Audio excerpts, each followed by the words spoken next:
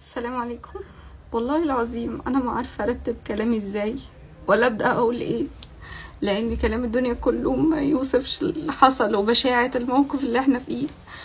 ان لله وانا اليه راجعون، ولا نقول الا ما يرضي ربنا. بس انا طالبه حقك يا اختي.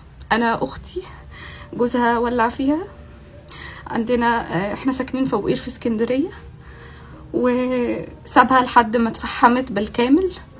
حرقها، اعضائها اتحرقت، الجسم كله اتحرق من الراس للرجل، ولع فيها بالبنزين، حرقها في البلكونه، قفل عليها البلكونه وسابها لحد ما اتفحمت تماما.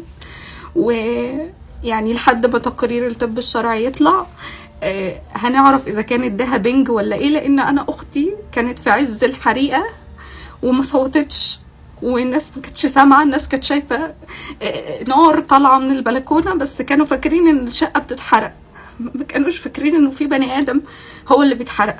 فانا كل اللي انا طالباه منكم انكم تشيروا الفيديو بالله عليكم. حق اختي امانه في رقبتكم، امانه في رقبه كل واحد شاف الفيديو ده. حق اختي لازم يرجع.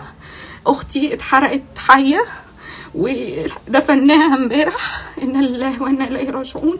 انا عايزه حقك يا اختي. انا ما تخيلتش ان انا اعمل فيديو زي ده في يوم من الايام. انا طالبه عدلك يا رب، اللهم العدل والقصاص. انا مش طالبه غير القصاص، وان حقها يرجع عشان تنام مرتاحه في تربتها، واحنا كمان نارنا تبرد. شيروا الفيديو على قد ما تقدروا. حق اختي لازم يرجع. حقك يا ايمان اختي اتحرقت. ربنا ما يكتب على حد النار اللي احنا فيها.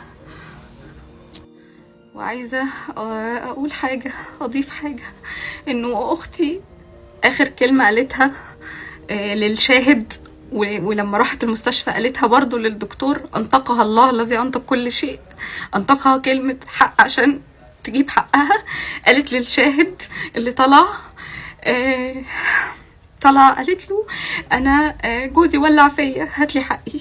لانه كان اول لما شاف الناس بدأت تطلع تشوف الحريقة قال لهم هي اللي ولعت في نفسها، ولكن ده كذب وافتراء على واحدة بين ايدين ربنا، واحنا مستنيين تقرير الطب الشرعي. ولكن انا عايزة الناس كلها تقف معايا، وعايزة الناس كلها تجيب لي حقك يا اختي وتبرد ناري.